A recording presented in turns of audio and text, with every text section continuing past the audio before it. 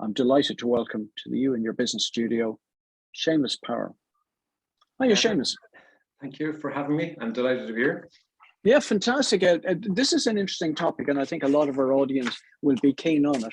But to get us there, I need to take you back to your last year in school and what that was like. I mean, were you the academic, were you the person who wanted to travel, or did you have a set plan and ready to go with it? And I think both, Alec. Right. I didn't have a clue, to be quite honest with you. And I suppose deciding what I wanted to do came down to a process of elimination more than what I didn't want to do. Versus having real clarity around, yeah, here's the path and here's what I'm going to do and here's my way of starting point to get there. I loved physics in school, so that was probably one of the key pieces of data I was using at that time. So I finished my Leaving Cert, got a good physics mark, and I'm a large family, a typical Irish family. I have two elder brothers. They did electronics, so I said, listen, with my physics and the combination of those guys going on that path, I decided to take a diploma in electronics in Carlow, RTC as it was at the time. Fantastic. Okay, so electronics, great, and a career ahead. So where was this going to take you? I had no idea. And again, that was a common theme, I guess, for a good part of my life, was go with the flow, honestly, and this autopilot, as I sometimes describe it, of, yeah, it just feels right. Even though I wasn't so connected with the energy of what feels right, I just said, process of elimination, let's just do this with no particular plan or no particular ambition in mind, honestly. So I completed a 3-year diploma, and then went into the world of work in a small electronics plant over in the west of Ireland. But what really cut my teeth, and the first job I suppose that I really loved, was a job that came to Dublin in 1998, which was for a company called Bull Information Systems, and that was a field service engineer job. So 21, 22 years of age, company car, and traveling around, meeting people, and fixing, computer issues, terminal issues, printer issues, whatever the peripherals were attached to, the pre-PC IT scene at that stage, was like mini systems, which I ultimately ended up working in. And I still recall actually the first training session, which kind of really gelled with, when I look back in hindsight, of the training that I did the very first day in Bull was fix the customer first, which is all personal engagement, and then fix the actual issue, whatever it was going on. You know what I mean? So it's amazing how that has actually played through everything I've done in my career and right up to the present time, I guess, And I think that's a very valuable lesson for our audience out there. Fix the customer and then fix the issue. And obviously you like taking things apart and putting them back together again, but also you have a touch of the Sherlock Holmes about you, because and certainly trying to find all of these problems, as you said, with electronics and peripherals, there's a fair amount of testing and patience needed to get to the result that you're looking for. Yeah, and stress, actually. So absolutely, and troubleshooting and logic and flow. And that's something I learned from a lot of great engineers there in Bull at the time, because it wasn't simply in those days a matter of, taking out a component or a motherboard. You really got into the nitty gritty. And I remember changing read-write heads on these large drives. And it was a different world, honestly. And some of those guys were so knowledgeable. I learned so much from them, and how to manage stress in those situations when you're getting into that nitty gritty detail of that type of work. Like the things you mentioned there, patience, logic, and control. But it's very difficult not to become stressed at times when those read-write heads are going out onto a new disk for the first time. And the stress associated with that. And if something doesn't go to plan, how do you manage that and manage the whole customer interaction? So quite a bit, that's where I managed, I think, for the first time to be able to actually really think about, the more I became stressed, the poorer my decision making came, and it was it's almost a lifelong journey of realizing how you can begin to intervene in that stress and realize in the heat of the moment, and it's very counterintuitive how you kind of can step back from that. And because in the heat of the moment, if you're able to do that more often, and it comes with perseverance and practice, how big a difference it can make to your performance, I guess, as well, you know. So it's something else. It's something that stood me right through my career as well, from those very first high stress situations of working in those big machines, you know. I think something quite interesting is developing here in terms of the conversation, because if we take about the attributes that you had back in those days, number one, patience, a curiosity to find out what the issue was, and then to systematically go through the problem and come with a solution. And while I won't give it away now, this is sort of played very much to what you're doing today, albeit in a different field. So we'll come on to that a bit later. I just want to take you further on your career in the sense of, so, okay, you were working with Bull, obviously the electronics marketplace was changing. So where was the next sort of port of call for you? Yeah, so the whole IT world during my time in Bull from 1988 to 1998, when I eventually left, had transformed completely. You know, so the good old microprocessor came in, 88 processors, the 286, 386, the whole iteration and change of processors, and the PC dominated really by the end of the 90s, right through the 90s. And I received my certification, a Microsoft Certified Systems Engineer in 1996. And that was the pathway for me to begin to prepare for transition at that time within Bull. But the whole rate and going back to the introduction, the rate and pace of change in the IT space was symptomatic of life in general. You know, and the technology, how technology was changing our lives dramatically. And that was really what was happening in my own career at that stage as well, in that I had this wonderful certification, but Bull didn't really know what to do with someone who had these skills. So Compact was opening up a European Support Centre in Dublin at that time. And I crossed over to Compact as a second level support engineer in the European Support Centre that they were setting up in Belfield. And that was the beginning of the next part of my journey that changed, you know, everything for me as regards career transition and the type of work I was doing as well, you know. And if you're just joining us now, you're listening to me, Alec Drew, on 103.2 Dublin City, and for my guest today is Seamus Power. Okay, we've got to a stage in your career, you're out in Belfield. Pace of change is obviously moving along with the technology, and you're being swept along in that current as well. So where next? I mean, you got to travel abroad with some of this work as well. Yeah, I mean, absolutely fabulous opportunities with Compaq. It was such a wonderful company. And again, the culture was so different. The energy was so different in the European Support Centre, where you had all these nationalities from all over Europe, guys and girls in their early 20s, here just to have fun, honestly. But Compaq obviously had a role for them as well in the multilingual support center, and they were doing a great job, but also having fun along the way. So it was chalk and cheese compared to the old IT, pre-PC IT world. So it was absolutely fabulous environment.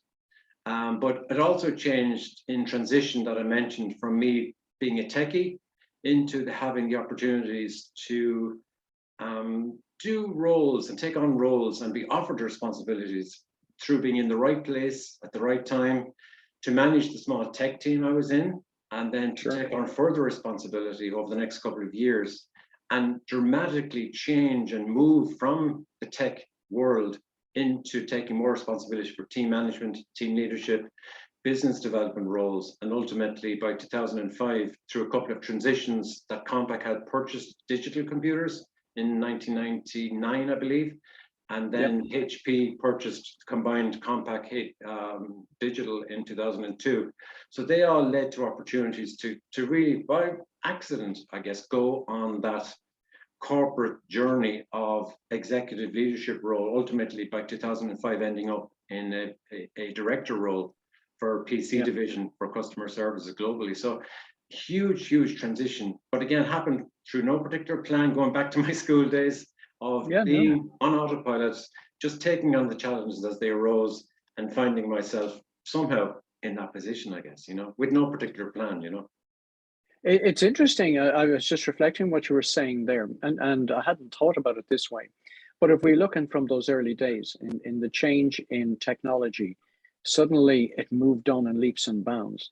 But Mm. also it brought everybody with them in at the same pace of life, the pace of life probably we hadn't seen before in Yeah. terms of business. Mm. And really it was a roller coaster. There was no stopping it. It was a runaway train in one sense. Yeah, pretty And much. you must have seen from your own experience the sort of, I won't say necessarily casualties, but those who literally struggled to keep up with the pace of what was happening. Yeah, I mean to say that's not an incorrect word. Carnage actually was the word that came to mind. It's maybe a more destructive word, but that's what's Yeah. come to mind. But looking back, hindsight is fantastic when you can look back. When you're in that bubble and you're in that maelstrom of change, you just like that. You're in the stream and you're going with the flow, and you can't really see or be able to swim outside that strong current. It's only afterwards you kind of see how it changes our lives and changes everything we are as people, I guess. But there was an energy about it that was kind of addictive, honestly. And then it's only afterwards where you can begin to see with a little bit more clarity of the madness, I guess, and the pace and the rate of pace of change in the world. And that ultimately, I suppose, was my trigger to say, do you know what? A lot of people are out of balance. Wouldn't it be great to be able to actually go back to that period again and maybe come back with a little bit more clarity on managing that balance, and that autopilot that many people are on, that leads to some level, I can't describe it, but all I can describe is some level of imbalance of how we live our lives and the impact it has on us as individuals and perhaps others in our lives as well, Yeah, I suppose what happens is that, again, having the energy and enthusiasm of youth, you're swept along in this tide of energy, as you said. So the thought of even taking time out to reflect on what's going on in your life doesn't cross into it. But as you said, there's carnage along the way, and you must have seen many examples of that. Yeah, I mean, this is the reason why when I began to think about, when I got to the pinnacle of this corporate career in the executive role, I kind of had to step back and look at the balance, because I was getting migraines, I was putting on weight, I was feeling overwhelmed, a lot of stress going on, and I could see that happening all around me as well for others. So it wasn't unique to my own story. I could see, within the company I was working in, but in friends outside at that, it would seem to be a common theme that everyone was just getting used to. Well, this is just how life is, and we just have to suck it up, and this is just modern life, and this is what it's all about, and just giving in, I guess, to say an acceptance, I suppose, of, well, you know what, this is just the way it is, and this is what life is. But it's only in hindsight, again, you realize that it's almost like caving in, and it's not necessarily the healthiest thing to do. But again, that goes back to what I mentioned earlier, when you're in the middle of a very stressful situation. Sure. That's in the heat of the moment, where it can be most difficult to actually see with clarity what's going on around you in the bigger picture, let's say. And that's only comes with, I guess, with hindsight. And it's something I'm very aware of right now in the current work I'm doing, is to put myself in the shoes of who I was back then, and realize that people on their journey now are in that, often in that space where it's very easy for me, looking from the outside in, to say you should do this or you should do that. But it's allowing people, maybe, and encouraging people where they can and where it's possible to kind of reflect on where they are, and when they're ready, I think, is the important thing as well, to look at the key activities in their life, and come, as we'll discuss maybe shortly, come back. We'll certainly talk about that. I was interested in terms of so you're on this sort of swept along by this tsunami, so had reached sort of director level of groups and running them late hours. How was, you mentioned putting on weight and not having time to reflect, how else was it impacting on your life? Well, I think there was a great boost to my confidence, honestly, this autopilot journey I was on. I was getting reinforcement through, taking on more challenges, meeting your goals, meeting your targets. It was energizing. It was almost like a drug, honestly. In some ways, you could describe it. But there's other parts of my life, like personal relationships, where we're getting neglected. So that was a serious impact. Right. And I went through separation and ultimately divorce through that whole process. So again, that's that dark, this very, very dark underbelly of this imbalance that I talked about. And that was my personal journey. But again, I see that reflected in many other people's journey and story as well. And that's, you know, really one of the big, I suppose, motivations for me in doing what I'm doing today, is to help intervene and help people to begin to kind of notice those warning signs and heed those warning signs, as we said at the intro earlier, of, you know, the migraines, the putting on weight, but the other serious imbalance warning signs as well. Of, on one side, things are going really, really well in the corporate world or wherever you know things are going well for you, and then on being aware and tuning into the other things that maybe are getting neglected and not getting the attention they need as well, and taking steps to rebalance. And that's what I wished I was able to do better maybe at that time. But we all have our own journey, we all have our own story, and we, as we mentioned earlier, maybe we sometimes learn the hard way as well, you know. We all have our own car crash of some sort, you know, along the way is doing that.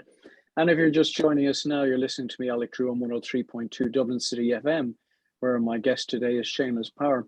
And we're just reflecting on sort of life in the fast lane in terms of technology and Seamus's career right the way through that. And plus also, again, the casualties that come along and what it's likely to lead into. So, I mean, just to kind of take you to a decision that obviously came at some stage, there was a time to say no. What was the final thing that prompted that in your mind? I think it was just the whole ethos of life at that director level, and asking the question, well, why am I working these long hours? You know, the realization, I guess, of the purposelessness of it, and really thinking there's a lack or there's something missing inside. So on the face of it, things are actually wonderful. If someone had said to me, Seamus, you know, brilliant role, brilliant job, doing really well, doing all this work, but not really seeing the lack or how that perceived success, but not realizing the lack or the emptiness, without being too dramatic about it, inside. And I came to the point where I was ready to kind of explore, you know what, on the face of it, things are going really well, but I was getting these questions around, well, really, why am I doing this? What's it really for? And the deeper questions, I guess, that I didn't ask myself, that I was finally stepping into. And then I felt ready to explore that. And, you know, the channel to that opening pretty dramatically was a couple of books I read at the time. And one was a book I picked up on the airport back from one of my business trips. It was a book by Ian Robertson. He's a Trinity professor. And he wrote about mind sculpture, and the techie in me, I think, was around how our brain works and operates. And then Bruce Lipton wrote a book called The Biology of Belief. And they were the two things that kind of got me really refocused on the, you know, a channel to opening up. Well, what is it? And what we're here to do? What's our body doing? How does our body operate? And what are the most important things, I guess, that are going on, from what we tell ourselves on our autopilot journeys that we never really think about, to really beginning to explore, well, what is it that life is all about? Maybe the more profound questions. And again, that was the beginning of a journey, I guess, of asking those questions, finding those books, and then just developing that through more reading and more engagement with more material, and just developing a passion for, oh yeah, this just feels right. And it was back to my physics days back in my final year in school. It was only 15 years later I found my real passion was psychology and how our body works and what really matters in our lives.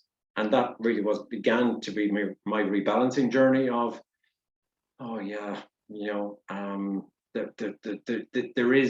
there is something to be explored here that's going to relieve this sense of lack or this sense of emptiness. And those books were the starting point for kind of itching that, you know, and scratching that, the relief associated with diving into that, I guess, you know.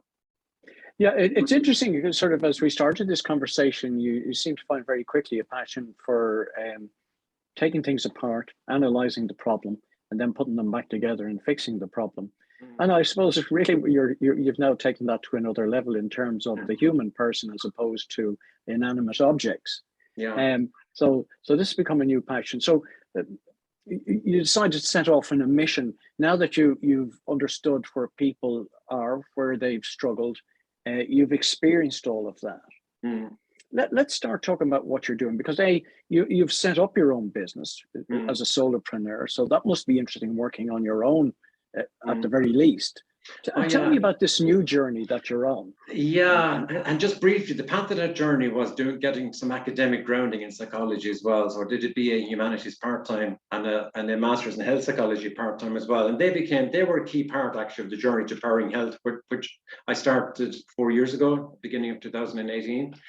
And it was really around blending my experience, my own journey, we've described it, into getting that academic grounding in place. And the master's in health psychology particularly was around human behavior change and why people do what they do and how you help people maybe to change and reflect and think about how they might make small changes. So when I started Powering Health in 2018, it was all around driving awareness based on my own journey, my own experience of the impact of modern lifestyle, that, you know, rate of change, the focus, the pressure on bigger, better, faster, quicker, more, grow, was realizing, helping, you know, I realized myself the damage that I was doing, the carnage, we call it, it was creating. So the diet, the exercise, the stress, the sleep impact, and how that was impacting me and how that did impact me personally, and then helping drive awareness of that so others could maybe step into that and identify where in their own lives, and just take time actually to reflect and think and take time away from the business and out of the hamster wheel of encouraging people to step away and just give themselves a chance to reflect and think, well, how was my diet? How was my stress? How was my sleep? How was stress in my life? Am I feeling overwhelmed? Just to really think about those questions as a way to begin to engage and really find what was really important in their own lives, and, you know, separate and maybe rebalance. And balance is a recurring theme in the work I do, is around finding, you know, are you on the autopilot journey? Have you given yourself the chance to think where you are, what's important, and meeting people where they are, essentially, when they're ready to actually begin to explore, like I did in my own life. You know, everyone is going to reach that stage, perhaps at a different stage. And for me, it's around finding those people when they're ready to step in to explore and honestly engage and, you know, respond and help them, you know, work through those questions. I suppose something that may help you in your journey in helping others is the whole COVID side, and why we've spent a lot of time, I suppose, in the chats, not necessarily you and me, but the world, about the negative side of COVID. And there has been a positive side where so many people have got off the treadmill of life and stood back and reassessed their lives. What would you say to them? I mean, because there is a chance they're going to be dragged back into the world in which they left. Yeah, this is a huge change, or I would say a positive aspect of COVID, as you just mentioned, because I think it has allowed people to take the space and time that they may not necessarily have had beforehand, because they now are in a situation where everything has changed. They're separated from where they used to work. They've trying to balance the work activity with their home life activity, and then having the flexibility maybe for the first time to have the autonomy of how they use their time with the cooperation of their employer. So a lot of people have had a lot of stress and challenge, don't get me wrong, with childcare in particular and working from home. But it also has allowed people that space and time to not be in the car for, you know, an hour and a half in the morning, an hour and a half in the evening, and saving 3 hours where they can actually invest it, maybe in spending time with the family, or spending it in a more productive way, doing some work activities. But the flexibility and the awareness that has driven for a lot of people in how they can actually utilize and have more autonomy. And I think autonomy is a very important word, of giving people choice of when and how they engage with their employers and having more personal choice in how they work and operate in that balanced way between their work life and their home life. And the two now post-COVID have very much merged for many, many people, and people have autonomy in how they manage that blend for themselves, which I think is a very healthy thing and can be in general. But again, it's up to each individual with their employer how they make best use of that and how that blend works, because it's a very individual employee, individual employer, or employee employer conversation. So it's not a one size fits all, and I think it has to be played with, and flexibility to be allowed between the employer, the manager, and the human interactions that go with finding that best blend, I guess, you know. Yeah, I suppose just as we close off the show, tell me, where can people find out more about Powering Health and about you, Seamus? Yeah, so they can visit my website at poweringhealth.ie. And I'm running a program called Step Away for a Day, which is a program around helping people to really give themselves the space and time to connect with themselves. That's a small group experience, and you can find out more about that on stepawayforaday.ie. So stepawayforaday.ie. And that is my primary program, where I work with people on offering that opportunity to allow themselves to really have the time to connect and really give themselves a chance to really find out what matters most in their lives in a very safe and compassionate space. Well, I think that's a very positive message to finish the show on. A special thanks to my guest today, Seamus Power,